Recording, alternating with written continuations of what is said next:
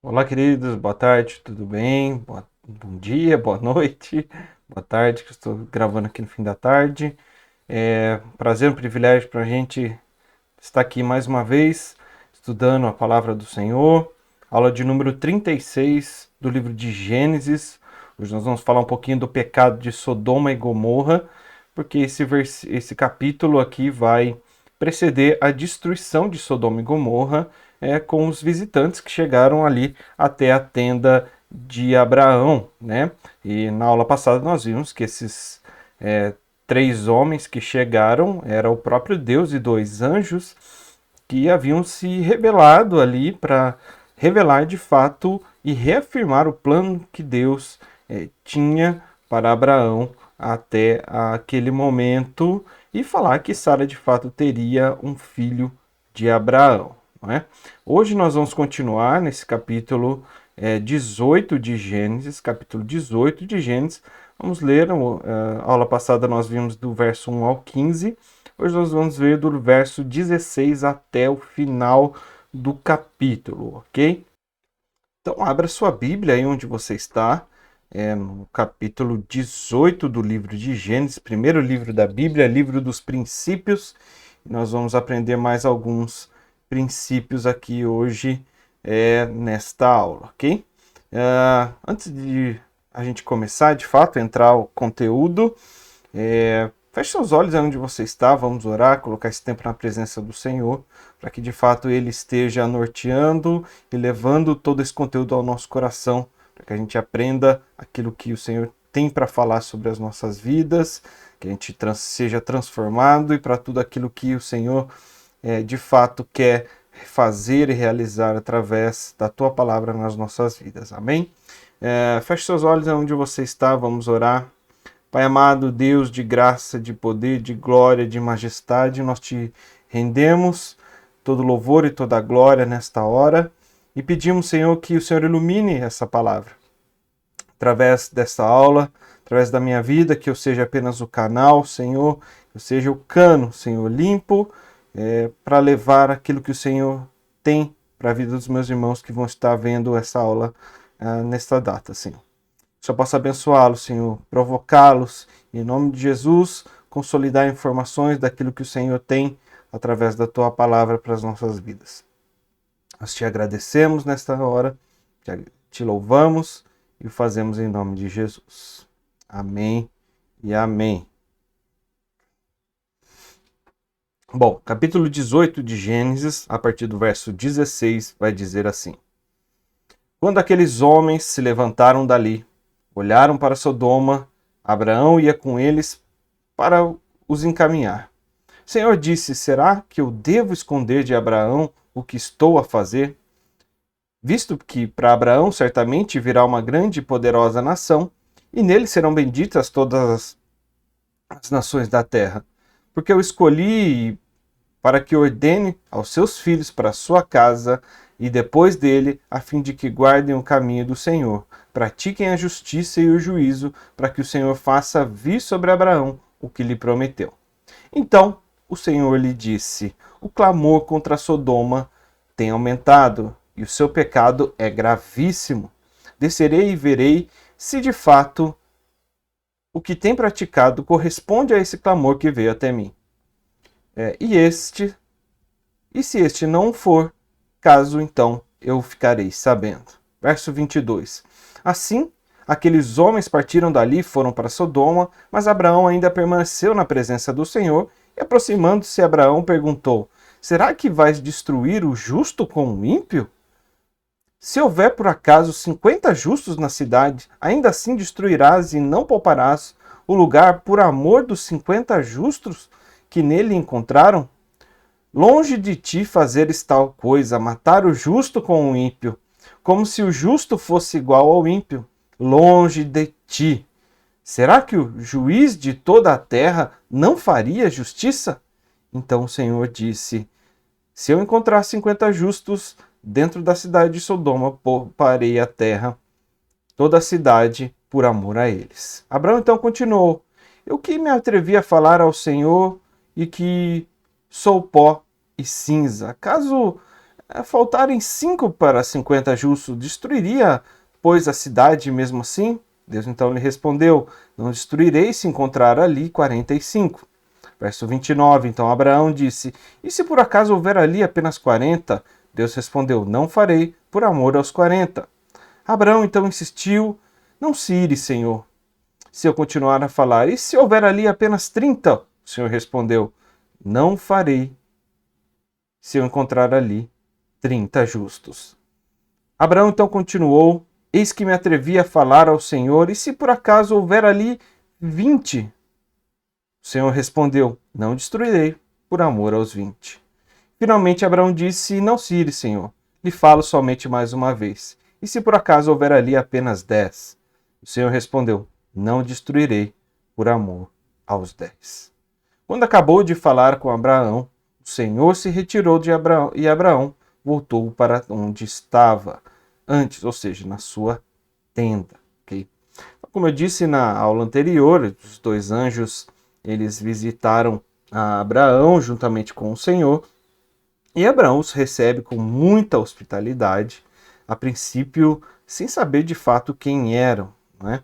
Então Deus vai se revelando pouco a pouco, gradativamente, até reiterar a Abraão a sua promessa de que sua esposa de fato teria um filho de Abraão, um filho entre Sara e Abraão, a essa altura do campeonato, eles ainda já idosos, e isso ainda haveria de acontecer, e Deus vai pessoalmente visitar Abraão em forma humana. A gente falou um pouquinho sobre isso na aula passada. Vai visitar Abraão para contar a ele e principalmente a Sara. Afinal, Sara já tinha metido os pés pelas mãos quando ela achou que não teria mais filhos, então entregou Agar nas mãos de Abraão, e Ismael estava vivo até esta data com 13 anos. Né? Sara ouviu aquilo e riu de incredulidade, nós vimos isso, ela estava recolhida dentro da tenda ali, e ela foi repreendida em seguida pelo Senhor, e mesmo sendo repreendida, e Deus sabendo que ela havia rido e não creu que naquela idade, diante das impossibilidades físicas que ela tinha naquela hora, que de fato ela poderia ter um filho ainda, né? Hoje nós veremos a continuação direta desse texto, desse episódio, né? Onde o final daquela refeição daqueles homens, a refeição que Abraão oferece ao Senhor e aos dois anjos ali, que estavam disfarçados de viajantes, ali nunca disseram que eram viajantes, né? Estavam apenas de passagem para Sodoma e Gomorra, e Abraão os hospedou por ali por algum tempo e teve um bate-papo com eles, né? A primeira parte do texto ele vai trazer a revelação de Deus quanto à razão que ele havia vindo até Abraão, com o objetivo de ir até Sodoma. Né? No verso 16, após a refeição, os homens indicaram que vão até Sodoma. Né? O verso diz assim: enquanto aqueles homens se levantaram dali aonde? Né? Possivelmente eles estavam ali assentados no carvalhal de Manre, na sombra, comendo uma refeição que Abraão havia lhe preparado, e olharam então para Sodoma. Né? O texto sugere aqui que eles se levantaram, caminharam até um lugar possivelmente alto, né? Aquele local, os carvalhais de Manre ficavam próximos à cidade de Hebron, onde uma cidade muito montanhosa, e possivelmente eles estavam à beira de uma montanha alta, onde eles poderiam visualizar lá embaixo o Vale do Jordão, onde ficava de fato Sodoma. Né? E Abraão, como um bom anfitrião que era, ele foi com eles até esse local para mostrar o caminho. Né? Assim que um líder, assim que um sheik, como Abraão era ali, alguém importante, né? Que ele age, o líder daquela tribo, né? Era assim que ele deveria agir com qualquer que seja o visitante. Afinal, não tinha GPS, não tinha placas indicando caminhos ou outra coisa nesse sentido. O próprio anfitrião que recebeu os viajantes direcionava eles até aonde eles precisavam ir de fato, ok? Depois de prestar toda essa hospitalidade, ele então mostrou o caminho, a direção e o destino a qual os viajantes precisavam ir, o finalzinho do verso 16 ali. Abraão foi com eles para os encaminhar, ou seja, mostrar o caminho. Okay? No verso 17 até o 19, Moisés vai se registrar aqui um diálogo de Deus consigo mesmo. E essa parte ela é muito curiosa, porque como Abraão teve acesso a esse tipo de coisa, né? Como ele conseguiu entrar na mente do Senhor para que de fato ele tivesse esse conhecimento daquilo que Deus estava pensando naquele momento, né? E aqui nós temos uma explicação apenas, né? Que Moisés só pode ter tido acesso a esse conteúdo através da revelação direta da parte de Deus. Possivelmente quando ele foi registrar o livro de Gênesis, escrever de fato, Deus deve ter revelado a ele para que de fato esse trecho constasse nas Escrituras diante dos anseios, dos pensamentos do Senhor dele com ele mesmo. Diante daquele episódio ali com Abraão. Okay? Coisas. Isso, querendo ou não, é muito comum aqui em Gênesis e Moisés faz diretamente isso. Né? E muitas coisas que Moisés não tinha como saber de outra forma, a não ser por revelação, como, por exemplo, o diálogo que ocorre aqui no coração de Deus, que nós vemos do verso 17 ao 19. Diz assim o diálogo, né? É Deus se colocando em dúvida, né? Será que eu conto para Abraão que eu vou destruir Sodoma e Gomorra? Será que eu não conto? Acho que eu tenho que contar sim, ele afinal é meu escolhido, ele vai abençoar as nações, então acho que eu preciso contar sim, né? É como se nós estivéssemos pensando alguma coisa, o que eu vou fazer para janta hoje, né? O que eu vou fazer para o almoço amanhã? Como que eu vou fazer para pagar aquela conta? Eu acho que eu vou pegar na janta de hoje, vou fazer algo a mais, vou pegar a calabresa que eu tenho aqui, colocar no feijão para dar aquele gostinho. Acho que todo mundo aqui em casa vai. A gente pensa com os nossos botões o tempo todo, mas imagine o Senhor fazendo isso. Afinal, ele estava aqui em forma humana e esse é um contraste, né, de toda a magnitude e poder de Deus, onde é demonstrado aqui por Abraão que de fato, Moisés, diante de Abraão, claro, é que ele estava pensando aqui o que ele faria. Verso 17 diz assim: o Senhor disse, será que devo esconder de Abraão o que estou a fazer? Visto que Abraão certamente virá a ser uma grande nação e poderosa, e nele serão benditas todas as famílias da terra, todas as nações da terra, porque eu escolhi para que ordene aos seus filhos a sua casa depois dele, a fim de que guardemos o caminho do Senhor, pratiquem a justiça, para que o Senhor faça vir sobre Abraão o que Deus lhe prometeu. Então, aqui é como se Deus tirasse uma conclusão. Sim, eu vou falar, afinal ele é meu escolhido. Ele vai ser o detentor da minha palavra, de tudo aquilo que eu preguei a respeito da justiça e do juízo. Ele vai continuar a fazer isso através da sua família. Ele precisa saber de mim que existe juízo para aqueles que me desobedecem. No caso ali, Sodoma e Gomorra. Né? Nós vimos algumas aulas atrás que a cidade de Sodoma e Gomorra era muito conhecida pela sua iniquidade, né? Pelos desacordos pecaminosos ali, possivelmente existia algumas perversões que aconteciam ali, sexualmente dizendo, né? Algumas perversões que aconteciam, inclusive hoje nós sabemos, é até sinônimo de algo, né? O sodomismo, né? De relação entre pessoas do mesmo sexo, isso é conhecido como sodomia, né? Possivelmente isso era praticado lá em Sodoma, e Deus desce naquele momento para de fato destruir aquela cidade porque aquilo desagradava a ele, né? Isso o texto vai nos dizer. E ali no verso 18, a posição de Abraão e o que ele vai representar diante de Deus, abençoado, as nações com o protagonismo no plano de Deus, Deus então não esconderia esse propósito dele, né? Segunda razão que Deus não esconderia de Abraão está ali no verso 19, né? Ele escolheu Abraão para guardar o caminho do Senhor, praticar a justiça, o juízo, sendo portador da verdade, descendente da mulher, né? Aquele da linhagem que Deus levantaria, que viria um Messias que Deus prometeu lá para Adão e Eva, que começou em Sete, Noé, depois em Sem, né?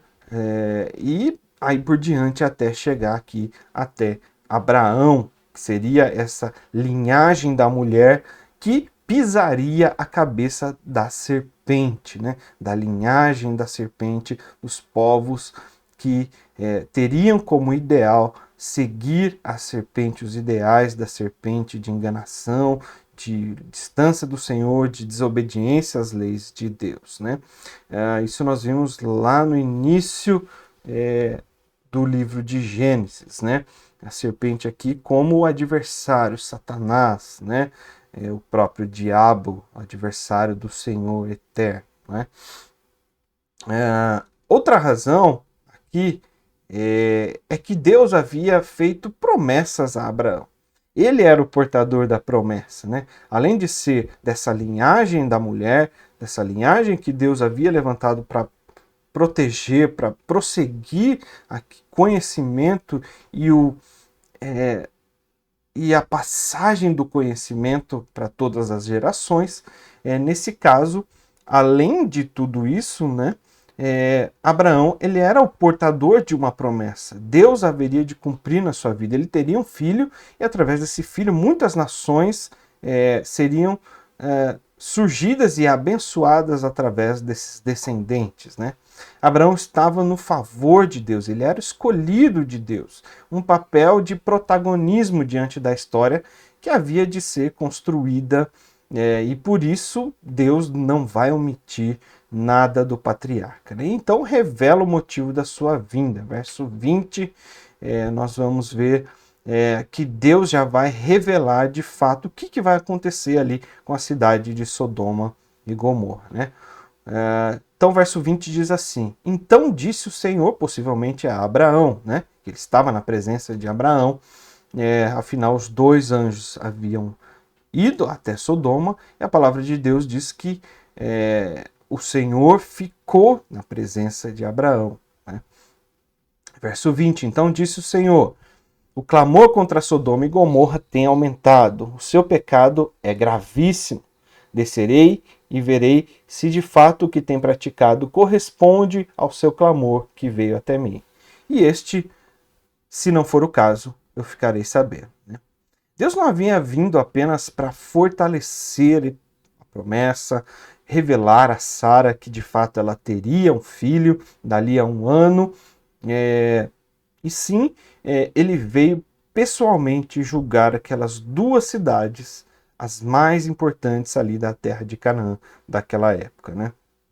Versículo 20, ele vai enfatizar aqui que o clamor, ou seja, a reclamação, o rumor, as denúncias estavam chegando até o Senhor, né? Possivelmente essas denúncias, essa reclamação, esse rumor, ele estava sendo levantado pelas pessoas que estavam ali na cidade, sendo oprimidas, sendo abusadas, violentadas sexualmente e que passavam seus maus tratos, clamando sem ninguém ter quem as protegesse ou defendesse, né? Então, isso de fato pode ter passado desapercebido por toda a sociedade da época, mas não passou desapercebido pelo Deus de toda a terra, Criador de todas as coisas, o Rei dos Reis, o Senhor dos Senhores, o Deus de toda a língua, raça, tribo e nação. E Deus então vai averiguar, né? Ele vai averiguar e diz que no final, ali no verso 20, que o pecado era gravíssimo, por isso ele tinha que ter pessoalmente ali averiguar tudo isso. Então Deus havia descido para averiguar de fato o pecado ali de Sodoma e Gomorra, que era gravíssimo, pessoalmente. E se isso de fato fosse verdade, conforme ali o verso 21, ele ficaria sabendo, viria com seus próprios olhos, constataria essa verdade e de fato ficaria consumado o juízo de Deus sobre toda aquela situação, sobre toda aquela condição que eles estavam de pecado, de intolerância diante daquilo que Deus havia estabelecido, e eles haviam descumprido a ordem natural daquilo que Deus havia estabelecido. Né? Nessa passagem aqui, vemos Deus com atitudes humanas aqui, parece até uma autoridade, um policial investigando, e ele come anteriormente e vai verificar o que está acontecendo sem deixar de se revelar também como o Deus Todo-Poderoso, ouvindo o riso de Sara, prevendo que ela teria um filho daqui a um ano e também destruindo de fato Sodoma e Gomorra. Né? Talvez essa fosse a melhor forma de comunicar com Abraão em forma humana. Né? Isso se repete por muitas vezes no Antigo Testamento e nós vamos ver essa faceta de Deus como expressão humana, como o anjo do Senhor e uma forma humana se revelando para expor a sua vontade. E ele é retratado assim também, como se arrepende, se entristece, sente compaixão. São sentimentos relacionados à nossa condição humana, para que nós possamos de fato entender o sentimento de Deus diante daquela situação. É algo mais para que nós possamos olhar e entender aquilo que Deus pensa a respeito da forma que nós agimos, pensamos, estamos lidando com as situações, do que de fato algo miraculoso aqui da parte de Deus, né? Deus, ele se diminui para o nosso intelecto, para a nossa irrelevância intelectual aqui, diante da grandeza e da imensidão do poder e da glória do Senhor, da sua eternidade. Ele se rebaixa às sensações humanas para que nós possamos conhecê-lo e entendê-lo, né? Este é o nosso Deus, este é o Deus a quem nós servimos, que nos ama de tal forma que ele não se revela em toda a sua glória, ele se rebaixa ao nosso nível, meros mortais, limitados, com a mente pequena, para que a gente consiga entender quem é ele, o que ele deseja de nós, né? Esse é o nosso Deus, né? E diante de todos esses atos revelados, esses sentimentos de Deus revelados aqui na Bíblia, né? São as maneiras do Senhor expressar algo no ser de Deus para que nós possamos entender, nos relacionar com Ele e alterar o nosso comportamento, né? Talvez essa fosse a melhor forma de comunicar a Abraão nessa forma humana, né? A maior expressão dessa condição humana de Deus é de fato o seu nascimento, né? O nascimento de Jesus. Aqui é como se fosse um adiantamento de tudo aquilo que Deus haveria de fazer, de se encarnar através de Jesus, né? Nascer do ventre de uma mulher que foi concebida através do Espírito Santo, que foi concebida através da ausência de relações sexuais, ela era virgem, né? Então, Deus, ele se esvaziou de toda a sua majestade, se deixou todo o seu poder, a sua glória, para encarnar como eu e você, como homens, né? E Deus, ele está, a palavra de Deus diz que ele está à destra de Deus Pai, intercedendo por nós, né? A palavra de Deus nos diz que ele se submeteu a viver todas as nossas fases, né? Desde bebê, que não conseguia segurar o cocô, o xixi, fazia na fralda, nem sabia se existia fralda naquela época, mas alguma coisa para envolver o bebê, com certeza, limpá-lo, ele aprendeu a falar, aprendeu a andar como eu e você, aprendeu a enxergar, a distinguir as coisas com todo ser humano faz um processo, né? Até ser adulto, ter o conhecimento, buscar o próprio Deus na sua natureza santa que ele tinha, né?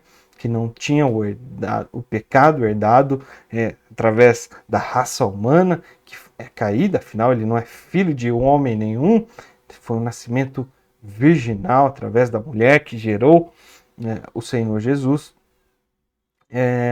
E ele passou por todos os nossos sentimentos, toda a nossa fase. Imagina o Jesus adolescente, Jesus criança, aprendendo a falar, papai, mamãe, fazendo perguntas o tempo todo, querendo brincar, chorando de manha, talvez. Ele se submeteu a tudo isso por amor a cada um de nós. Ele conhece os sentimentos humanos, ele passou por todos os sentimentos, inclusive a morte, né? Que nós todos iremos passar. Ele sabe o que significa a morte, sabe o que significa o sofrimento, sabe o que significa nós esperarmos isso com receio, com medo. O Senhor sabe o que é isso. Ele esteve aqui, ele foi como eu e você, como homem, se esvaziando de toda a sua glória, morreu, ressuscitou ao terceiro dia. A palavra do Senhor diz em 1 Timóteo capítulo 2, verso 5, porque há um só mediador entre Deus e a humanidade, Cristo Jesus, o homem. Não é o Deus, não é o Espírito, não, é o homem, aquele que viveu, habitou entre nós, morreu, venceu a morte e ressuscitou ao terceiro dia. Ele está nos representando. Ele sabe dos nossos sentimentos, das nossas angústias, das nossas aflições, dos nossos medos, né? Das nossas limitações, comportamentos. Ele é da nossa raça. Ele sabe o que se passa aqui, ó, nesta carne, né? Muitas vezes as dúvidas, os questionamentos, né? E esse episódio ele antecipa e aponta para a vinda de Cristo, né? Esses três homens e o Deus encarnado ali em forma de homem, ele vai de fato apontar para Cristo, né? E aí, continuando aqui do verso 22 ao 33, Abraão, ele se dirige ao Senhor muito respeitosamente, né? Quase que falando, desculpa, Senhor, por favor, eu preciso só falar, é claro, com todo o respeito, se humilhando, se colocando no lugar, reconhecendo a majestade do Senhor que está ali diante dele. Ele intercede pela cidade de Sodoma e Gomorra, né?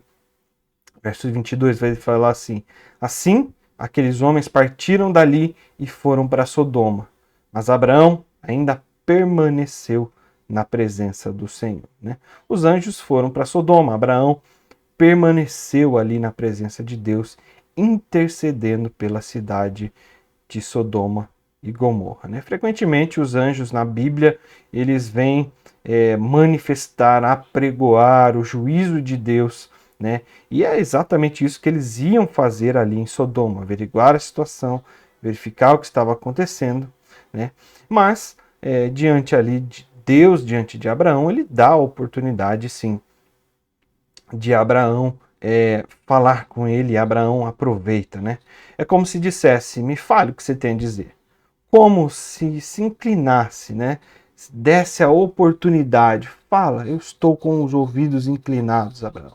Me diz o que você quer dizer, né? E assim como a gente, né?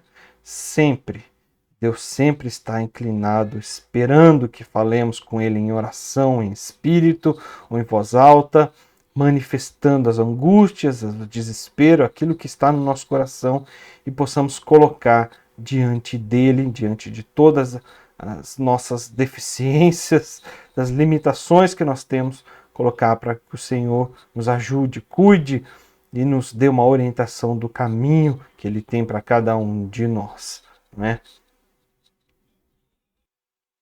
E nessa passagem, então, Abraão ele não perde tempo, né? Ele intercede 6 vezes ali por Sodoma, né? Abraão ele conhecia os reis de Sodoma, ele sabia o nome de quem era o rei ali, afinal ele havia salvado diante do ataque dos reis do Oriente e com seus 318 ele foi lá através da graça do Senhor, ele saiu vencedor diante de tudo isso. Então ele conhecia aquele povo, ele sabia quem era e principalmente ele sabia que o seu sobrinho Ló estava naquela região. E claro, ele temia por isso e queria evitar que isso acontecesse, né? E aqui o apelo começa ali no versículo 22, a justiça de Deus, né? Versículo 23. Deixa eu só ver aqui o texto que eu não coloquei no esboço. Aqui. Aproximando-se Abraão, disse: será que vai destruir o justo e o ímpio? E Abraão aqui, ele apela para a justiça de Deus. Abraão sabia quem Deus era, sabia dos atributos de Deus, sabia o que ele era capaz de fazer e principalmente que Deus era justo, né? E aí ele apela para essa justiça de Deus neste momento, aqui no verso 23. Você vai tratar o justo e o ímpio da mesma forma? Isso é justiça aos seus olhos, Deus? O Senhor não é o Deus justo, Criador dos céus e da terra?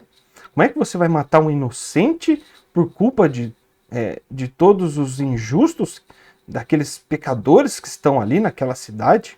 Como o Senhor vai fazer isso? E ele segue ali no verso 24.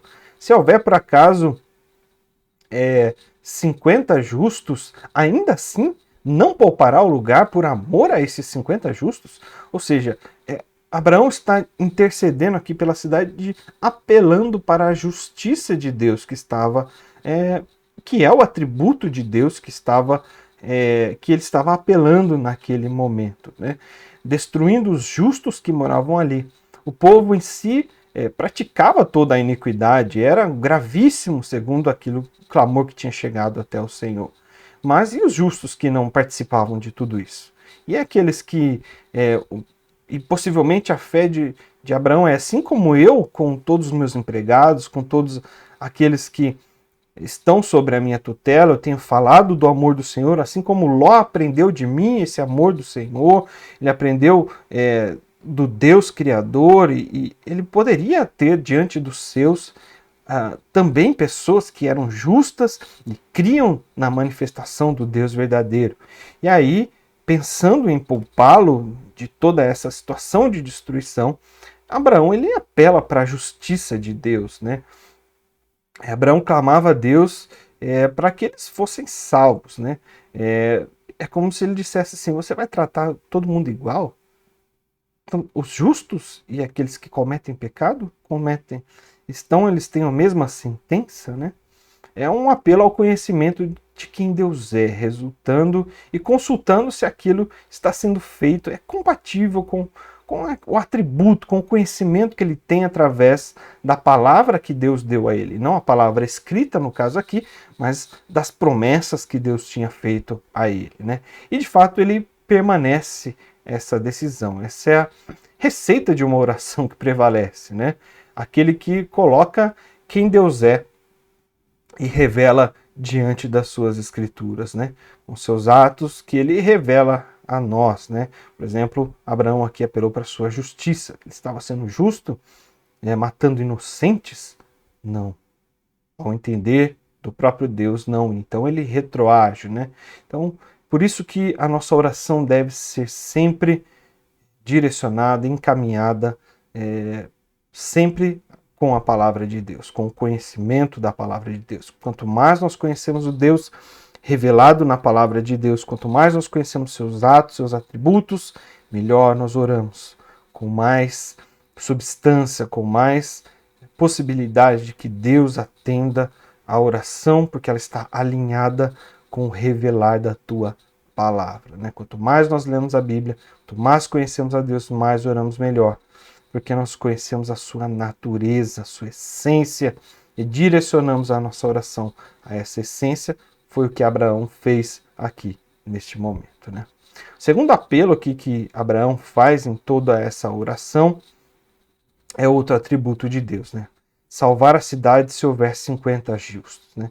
Salvar as cidades por amor aos justos, né? Então, se Deus não ama todos, Ele não é o Criador de todos, por que ele vai destruir aquele a quem o serve, que ele tem amor, tem apreço, obediente, né? Por que ele faria isso, né?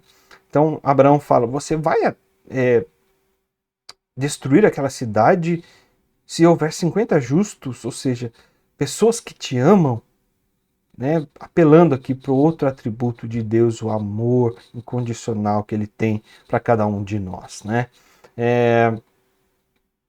E Deus respondeu que sim, pouparia por amor aos justos, né? E ali do versículo 27 ao 32, Abraão ele vai quantificando tudo isso até que chegue a 10, né? 40, 30, 20, depois 10, né? E todas essas etapas é como se, olha Deus, eu não quero te incomodar, não se ire com a minha pergunta, olha, por favor, é como se, por favor, não fica bravo comigo, deixa eu falar aqui, eu não estou muito certo de que tem muita gente lá que de fato está servindo o Senhor, eu tenho minhas dúvidas e eu preciso saber até onde vai a longanimidade do Senhor. E com todo o respeito, com toda a reverência, Abraão faz isso até chegar lá no verso 32, quando ele chega, fala: é a última vez que eu vou perguntar, Senhor, não se ire comigo, não fica bravo comigo não com a minha insistência, né? Com tanta repetição, né? Até ele chegar em 10, né? E isso, com muito cuidado, com muito respeito, ele vai diminuindo os números e Deus mantém. E aqui a lição que nós aprendemos diante dessa intercessão aqui de Abraão é que Deus ele permanece e ele atende, ele sendo justo e sendo lembrado da sua justiça e do seu amor, independente da quantidade, ele não mataria nenhum justo que estava ali. E custou um pouquinho para Abraão entender essa questão, entender essa posição que Deus havia dado ali a Abraão naquele momento. E ele foi insistindo nos números, queria saber com exatidão, não é? Para que nada fugisse ali, talvez, o seu conhecimento, o seu controle, né? A palavra de Deus, verso 33, diz que após isso, Deus então sai da presença de Abraão, presença física, né, de onde ele estava ali. Abraão então volta para casa e possivelmente o Senhor se dirige para Sodoma junto com os anjos ali, para que de fato eles pudessem julgar a cidade. E é isso, essa destruição, tudo que acontece no capítulo 19. No próximo capítulo nós vamos ver exatamente como acontece, ok? Aquilo que, se algo precisa ficar aqui na sua mente, é: Deus, ele ouve aquele que ora com conhecimento de quem ele é. Nós devemos conhecer a palavra do Senhor. Não é à toa que nós estamos aqui estudando a palavra do Senhor, para que nós conheçamos seus atributos, a sua revelação, né? Que isso seja uma rotina, não seja apenas diante dessa aula, não seja apenas diante daquilo que nós queremos fazer, daquilo que nós estamos fazendo, diante de minutos ou de uma oração de agradecimento da comida, que não seja somente isso, que seja o nosso debruçar diante da palavra de Deus, do conhecimento dele, de estudar, de ler, de ouvi-lo diante de todas as questões que nós temos a estudar a palavra do Senhor, né? E Abraão aqui, ele conhecia Deus, Deus havia se revelado, não existia a Bíblia aqui ainda. Ele sabia o que Deus havia mostrado para ele. E aquilo que Deus mostrou a ele, ele guardou no seu coração. E quando surgiu uma oportunidade, ele disse: Deus, o Senhor não é isso? O Senhor não me revelou, se revelou a mim desta forma? O Senhor não me prometeu e tem sido fiel até agora? O Senhor não prometeu e tem me livrado, me amado e me guiado diante do seu plano? Se o Senhor tem me feito isso comigo, por que o Senhor vai destruir o injusto lá diante da cidade de Sodoma? Por que o Senhor faria isso? Né? E é como se Deus falasse: você tem razão, Abraão. Este sou eu. É como se Abraão lembrasse a Deus, né? É claro que ele não se esqueceu, ele jamais seria injusto, né? Nós vamos ver no próximo capítulo que, de fato, Deus não permite que nenhum justo morra, né? Afinal, só existia Ló e seus 2 filhos de justos ali, e eles são poupados, né? Por mais que a sua esposa olhe para trás e vire uma estátua de sal, uma musiquinha que nós cantamos até hoje, no departamento infantil, né, da esposa de Ló, que virou uma estátua de sal, que se arrependeu de ter perdido todas as suas posses. Sua vida não era o suficiente, ser poupada diante de tudo aquilo não era o suficiente. Apenas ela queria voltar atrás, e foi uma ordem do Senhor: não olhe para trás, saia daí. O Senhor havia poupado a vida deles, né? E a esposa de Ló olhou para trás, e ela foi receber o seu juízo ali, naquele próprio momento, né? Que nós possamos entender que o Senhor zela por nós, justos dele, mas se nós desobedecermos, nós não serviremos para nada, seremos estátua de sal. Nós continuamos com esse estudo a respeito de mais detalhes dessa estátua de sal, da família de Ló, da destruição de Sodoma e Gomorra, na próxima aula, no capítulo 19. No mais, Deus te abençoe, um excelente fim de semana para você. Nós nos vemos na próxima aula, se Deus quiser. Tchau.